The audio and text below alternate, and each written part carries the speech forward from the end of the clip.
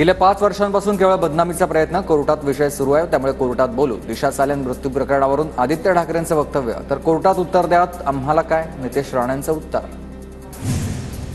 राजीनामा देऊ चौकशीला सामोरं जातो अशी भूमिका आदित्य ठाकरेंनी घ्यावी। आत्महत्येचं प्रकरण होतं तर आता पळवापळी किंवा लपवालपवी का सुरू आहे? नैतिकतेच्या आधारावर राजीनामा द्यायला हवाय, नितेश राणेंची मागणी आहे।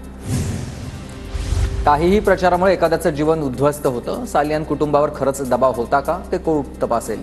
दिशा सालियन मृत्यू प्रकरणातील आरोपांवर मुनगंटीवारांच्या वक्तव्याने चर्चा। आदित्य ठाकरेंचा संबंध नसल्याचं सीआयडीने रिपोर्टमध्ये म्हटलंय। तपास यंत्रणेवर विश्वास नसावा म्हणून सालियन कुटुंब कोर्टात गेलं असेल। दिशा सालियन प्रकरणावर आमदार संजय गायकवाड यांचं वक्तव्य। 2.5 वर्षांनंतर सालियन कुटुंबियांची याचिका दाखल केली आहे। दिशा सालियन प्रकरणात त्यांच्या वडिलांना न्याय मिळो, अमोल मिटकरींचं वक्तव्य। दिशा सालियन विषयात राज्याचे मूळ प्रश्न भरकटू नये, मिटकरींचं विधान।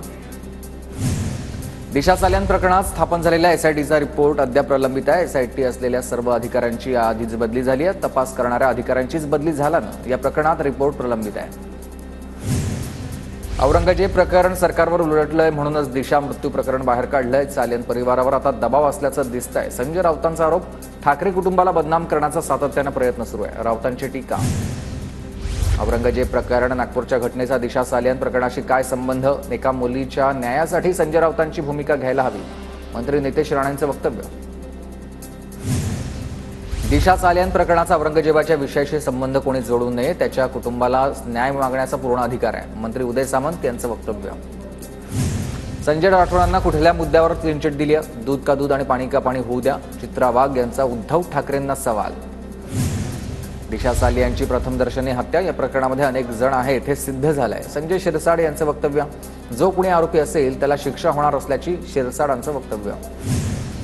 दिशा सालियन मृत्यू प्रकरणामध्ये 5 वर्ष काय झालंय? माझ्या मुलीला बोट लावणाराचं मुंडकं छाटलं असतं, दिशा सालियन प्रकरणावर जितेंद्र आव्हाडांचं वक्तव्य।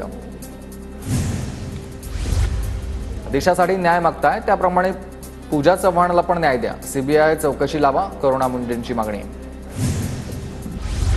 दिशा सालियन प्रकरणामध्ये राजकारण शिजवलं जात आहे, शिळा कढीला ऊत आणण्याचा प्रयत्न केला जातोय, ठाकरेंच्या शिवसेनेचे नेते अंबादास दानवेंचं वक्तव्य। दिशा सालियन मृत्यू प्रकरणावरून विधानसभेत गदारोळ, विधानसभेमध्ये सत्ताधारी आणि विरोधक आक्रमक झाले।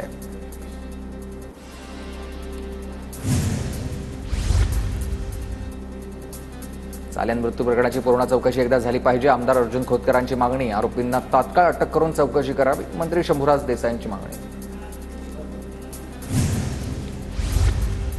हत्या प्रकरणात मवियाच्या काळामधील मंत्र्यांचा सहभाग असा संशय, एसआयटी चौकशी नेमली पण निष्कर्ष समोर नाही आहे। कुटुंबावर दबाव आणून प्रकरण दाबलं गेलंय, अमित साटमांचा आरोप।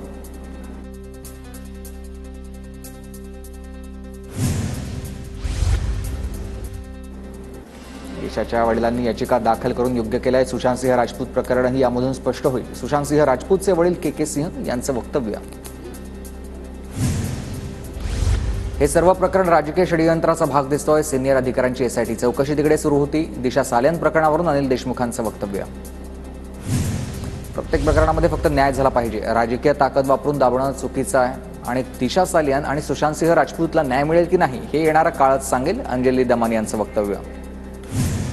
विधिमंडळाच्या पायऱ्यांवर सत्ताधारी आणि विरोधकांचं एकमेकांविरोधात आंदोलन, दबाव आणला कशाला? न्याय हवाय दिशाला, फलक झळकावत घोषणाबाजी, तर सरकारला सध्या साथ देणाऱ्या अध्यक्ष सभापतींचा धिक्कार असो, मवियाकडून विरोध।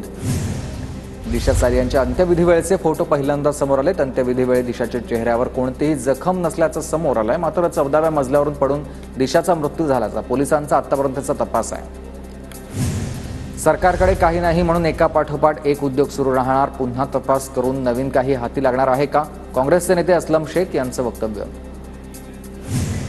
नागपूरच्या 2 पोलीस ठाण्यांच्या परिसरामधील संचारबंदी हटवली आहे, नंदनवन आणि कपिलनगर परिसरामधील संचारबंदी हटवली आहे। हिंसाचार झालेल्या भागातील पोलीस स्टेशनमध्ये संचारबंदी जैसे थे आहे। नागपूरमधील हिंसाचारग्रस्त परिसराची काँग्रेस पाहणी करणार आहे। राडा झालेल्या भागाची पाहणी करण्यासाठी काँग्रेसची समिती गठीत, स्थानिकांशी चर्चा करून शांतता प्रस्थापित करण्यासाठी प्रयत्न करतील।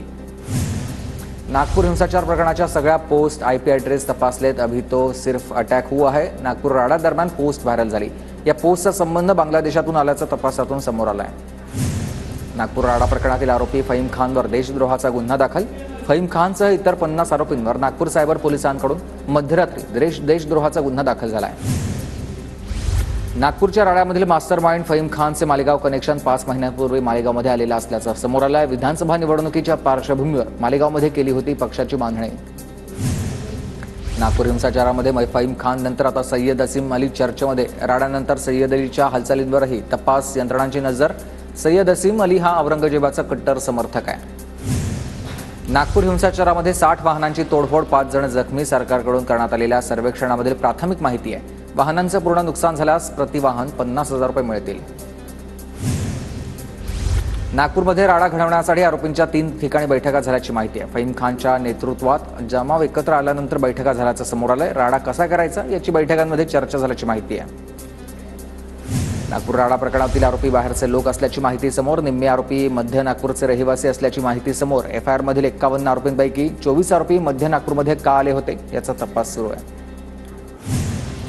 नागपूर राड्यातील एका एफआयआरमध्ये छावा चित्रपटाचा उल्लेख. वादग्रस्त सोशल मीडिया पोस्टवरून राडा सदृश परिस्थितीला छावा सिनेमा जबाबदार असा एका पोस्टमध्ये उल्लेख. हिंसाचारानंतर नागपूरमधील शाळा 3 दिवसांपासून बंद. संचारबंदीमुळे 11 वस्त्यांमधील शाळा बंद असल्यानंच विद्यार्थ्यांचं नुकसान टाळण्यासाठी ऑनलाईन क्लासेस सुरू.